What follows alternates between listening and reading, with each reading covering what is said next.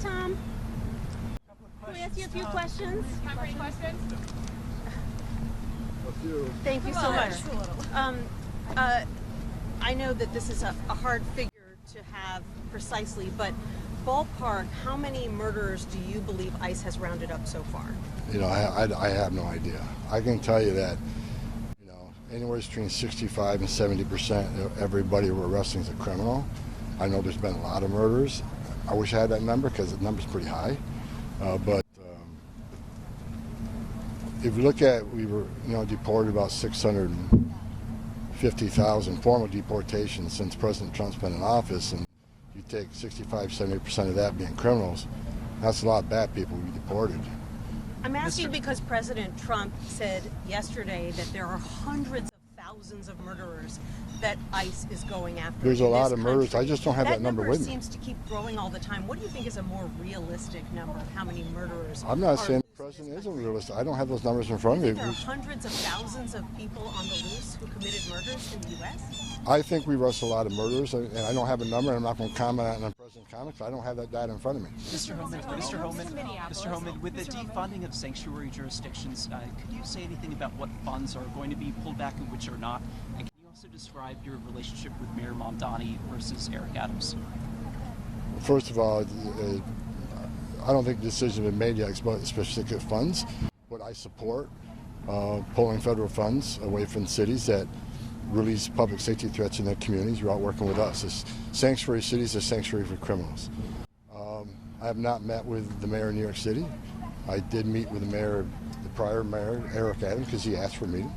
So we'll see what happens. I have not met with Mamdani. The only time I've ever seen him is up in Albany, New York, before he ran for mayor, and he was screaming and yelling and pushing his way through state police to try to get a moment with me.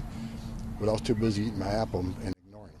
Mr. Homan, when it comes to Minneapolis, we're seeing images like yesterday of a woman who was stopped by federal agents. She was dragged out of her car.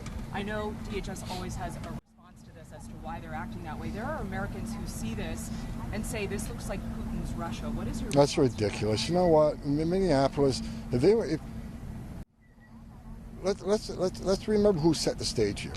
First of all, the Biden administration let millions of people release millions of illegal aliens in this country in violation of the law. Many of them criminals because they weren't properly vetted. We're arresting thousands of them. So first of all, they created the problem with millions of illegal alien criminals in this country. Second of all, Minneapolis, they're a sanctuary city. You know, if they'd let us in their damn jail and stop being a sanctuary city, we could arrest the bad guy in the safety and security of the jail. But because they normally release them, now we got to go in the community and find them. Then they're mad we're in the community. President Trump made us promise to American people, we're going to find these criminals and make America safe again. So if they don't let us in the jail, we're going to go in the community. And the difference is, in places that's not a sanctuary, one agent can walk into a jail and arrest one criminal illegal alien. But when you release them in the community, now we got to send the whole team because we got to arrest somebody on their turf. They have access, who knows what weapons.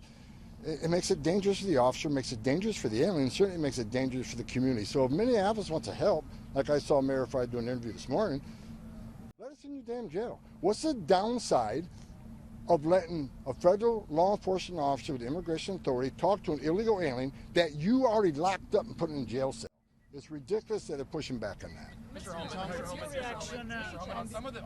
when it comes to some of the ICE agents that are going door to door in places like Minneapolis, I'm just curious how you square some of those going into these homes with the Fourth Amendment search and seizure.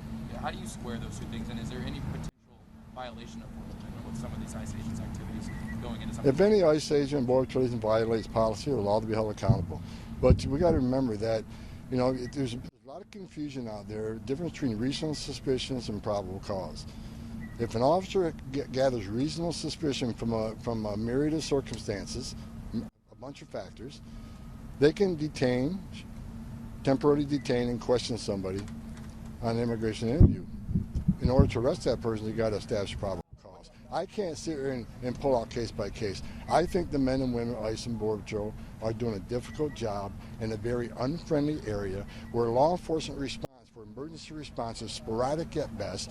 Death threats are up over 8,000%. Actual assaults up 1,300%. I know because threats against me and my family have tripled. killed in the last couple of weeks. They got a dangerous job to do. Again, let us in the jail to arrest a public safety threat. Because I said this 1,000 times, when you force us in the community to find the public safety threat, many times they're with others, or we find others in the process of doing that. If we find them, they're in the country illegally, they're getting arrested too. So more officers in the street means more collateral arrests. We have promised American people we're going to force immigration on. Let me tell you why we have the most secure border in the history of this nation today. Part of it is because of what ICE is doing. We have shown the whole world there are consequences to enter this country illegally. We're not going to send a message, cross the border illegally, it's a crime, don't worry about it, get order removed, don't worry about it. Unless you commit another crime, no one's looking for you. If that's the message we send, you're never going to fix this problem. We send a strong message, and that's why we have the most secure border in the history of the nation. And President Trump, by doing that, is saving thousands of lives. We know that women and children aren't making that dangerous journey. We know that no one's drowning in the river today. We know fentanyl isn't coming across at the levels it came to Joe Biden. We certainly know no inspected terrorists aren't coming across like Joe Biden. We're doing the right thing. We're going to keep with it, and they can protest all they want. We're just going to double down and enforce the law. And I said for months, we're going to surge resources in sanctuary cities because that's where the problem is. We know they're releasing public safety threats. We're going to send the agents where we know the biggest problem is.